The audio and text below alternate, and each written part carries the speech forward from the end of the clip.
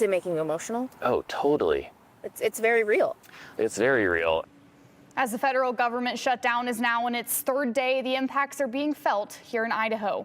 Welcome to the news at 10. I'm Abby Will. Local federal union representatives are speaking about the uncertainty of when exactly this will end. Aspen Shumpert joins us live in studio. Aspen, what are they saying? Abby, federal workers were already drained by months of layoffs and funding cuts earlier this year. Then came the government shutdown, and fears are setting in. People proudly take federal jobs to work for the American people, and because they theoretically have good job security. Adam Larson usually spends October helping maintain 600 miles of trails between the McCall and New Meadows Ranger districts of Idaho. So we're out there with the chainsaws, clearing trees that have fallen across the trail. We will fix drainage issues. But when the federal government shut down Wednesday, his work stopped and he became furloughed.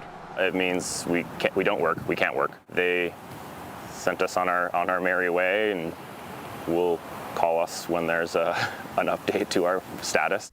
While TSA officers like Cameron Coachums at the Boise airport were ordered to continue working without pay. The longer the shutdown goes, the more people have to make difficult decisions. During the last shutdown, there are stories of people having to choose between coming to work or driving for Uber to pay for their family's meals. Friday, they're not speaking out as a Forest Service employee or a TSA officer, but as leaders of federal workers unions working to defend public services and the people providing them. Our members, their jobs are to, search for bombs and threats to people, searching for threats on airports and airplanes and things like that. And so when people have to think about other things like when their next paycheck's going to be or how they're going to get food on their table for their families, it just takes their mind away from what they should be really thinking about.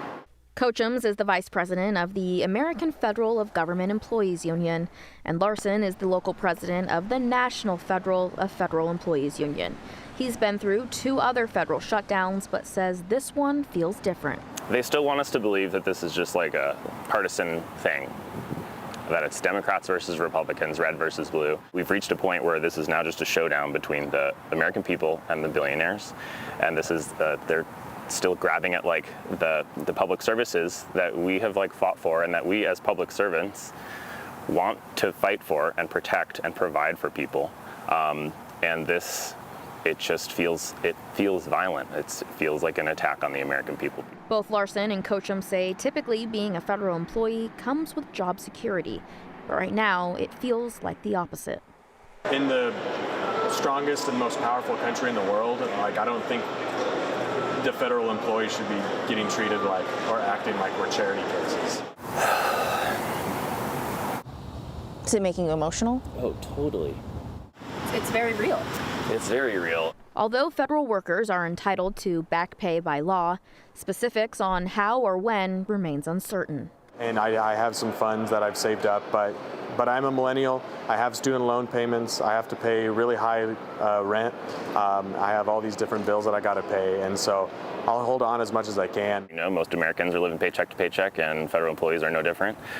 So if this does go more than a few weeks, I think we're going to see some real hard-hit families for sure. For now, they're advocating for workers' rights and for Congress to end the shutdown. I love being a federal employee. My goal is to be a federal employee until I retire. As many government operations will be impacted until Congress can agree on a budget bill. For now, both Larson and Coachums are committed to their jobs and serving the American people, but want lawmakers to understand what's at stake. Abby. And Aspen, did they say how long they think they can continue on like this? Yeah, that came up in our conversations. For Larson, he said he'd be okay for a few weeks, but maybe if we get to the end of the year, that's going to be tough. And for Coachums, he said he does have family here that are willing to support him, so he's holding on as long as he can. Definitely lots of impacts. Thanks, Aspen.